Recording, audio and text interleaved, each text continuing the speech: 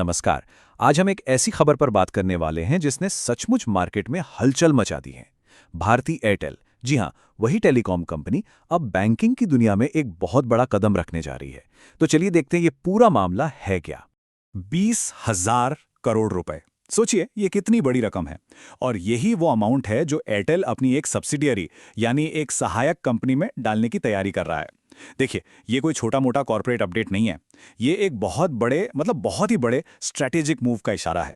और यही आज का सबसे बड़ा सवाल है ना? एक कंपनी जिसे हम सब उसके मोबाइल नेटवर्क के लिए जानते हैं, वो अचानक से फाइनेंशियल सर्विसेज में इतना पैसा क्यों डाल रही है?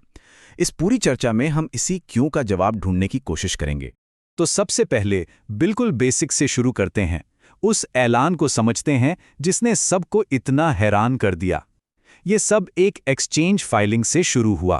तारीख थी 23 फरवरी 2026। भारती एयरटेल ने ऑफिशियली ये अनाउंस कर दिया कि वो अपनी सब्सिडियरी एयरटेल मनी में ये भारी भरकम रकम डालने वाले हैं। ये कदम कंपनी के लिए एक नए चैप्टर की शुरुआत है, जो उन्हें सीधा फाइनेंशियल सर्विसेज के मैदान में उतार रहा है। अच्छा, तो हेडलाइन तो हम समझ गए, लेकिन इस डील की जो बारीकियां हैं उनका क्या मतलब? इन नंबर्स और शर्तों का असली मतलब क्या है? चलिए इसे थोड़ा और आसान भाषा में तोड़ते हैं। यहाँ एक बहुत दिलचस्प बात यह है कि ये पैसा आ कहाँ से रहा है। तो देखिए, इस 20,000 करोड़ में से 70% तो भारती एयरटेल खुद लगा रहा है और बाकी का 30% प्रमोटर ग्रुप यानी भारती एंटरप्राइजेज लिमिटेड की तरफ से आएगा। ये दिखाता है कि कंपनी टॉप डाउन इस नए वेंचर को लेकर कितनी सीरियस है। इस पूरी डील के सेंटर में है एक टर्म, एनबीएफसी। एयरटेल मनी अब एक एनबीएफसी है। अब आप पूछेंगे ये क्या होता है? तो सीधे शब्दों में ये एक ऐसी कंपनी है जो लोन दे सकती है, इन्वेस्ट कर सकती है, लेकिन एक नॉर्मल बैंक की तरह आम जनता से डिपॉजिट नहीं ले सकती।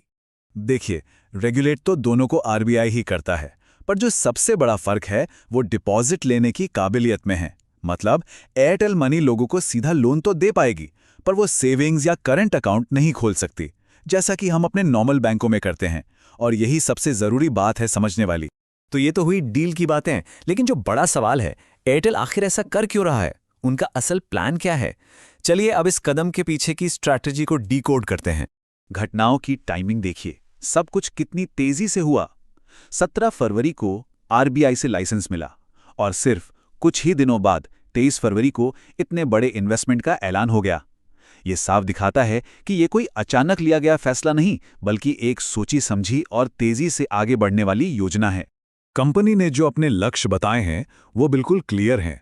वो डिजिटल फाइनेंस को आसान, सेफ और इनोवेटिव बनाना चाहते हैं, और सबसे बड़ी बात, इसे देश के हर कोने तक पहुंचाना चाहते हैं।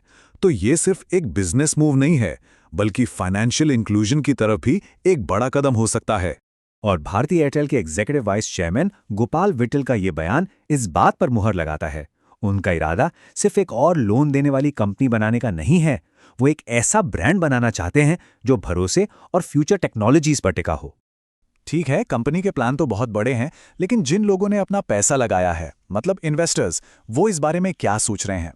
चलिए जरा स्टॉक मार्केट के प्रदर्शन पर भी एक नजर डाल लेते हैं। अगर हम लॉन्ग टर्म में देखें तो कहानी काफी सॉलिड है। पिछले 5 सालों में 256% का जबरदस्त रिटर्न। हाँ, इस साल स्टॉक में थोड़ी नरमी जरूर आई है, लेकिन लॉन्ग टर्म ग्रोथ का ट्रेंड काफी मजबूत दिखाई देता है। और यही मजबूती इस तरह के बड़े निवेश के लिए एक बेस तैयार करती है। और ये भी नहीं भूलना चाहिए कि हम किस स्केल की कंपनी की बात कर रहे हैं। 11 ट्रिलियन रुपए से भी ज्यादा की मार्केट कैप के साथ भारती एयरटेल इंडियन इकोनॉमी के सबसे बड़े प्लेयर्स में से एक है। उनके पास इस तरह के बड़े दाव लगाने की फाइनेंशियल ताकत है। अगर हाल की उठापटक का एक स्नैपशॉट देखें तो जिस दिन ये घोषणा हुई, स्टॉक अपने 52 हफ्ते के हाई और लो के बीच में ट्रेड कर रहा था। ये दिखाता है कि मार्केट अभी भी इस नए कदम के असर को समझने और पचाने की कोशिश कर रहा है। तो इन सब बातों का निचोड़ क्या है? चलिए अब इन सभी डॉट्स को कनेक्ट करते हैं और देखते हैं कि बड़ी पिक्चर क्या है और भविष्य के लिए इसके क्या मायने हो सकते हैं।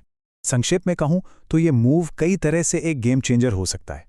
डिजिटल लेंडिंग के मार्केट में कंपटीशन तो बढ़ेगा ही, जिसका फायदा शायद कस्टमर्स को मिले। ये उन लाखों लोगों तक फाइनेंशियल सर्विस पहुंचा सकता है जो अब तक इससे दूर थे। और हाँ, एयरटेल के लिए तो ये एक बहुत बड़ी नई रेवेन्यू स्ट्रीम बन ही सकता है। और आखिर में ये हमें एक बहुत ही दिलचस्प सवाल के साथ छोड़ जाता है।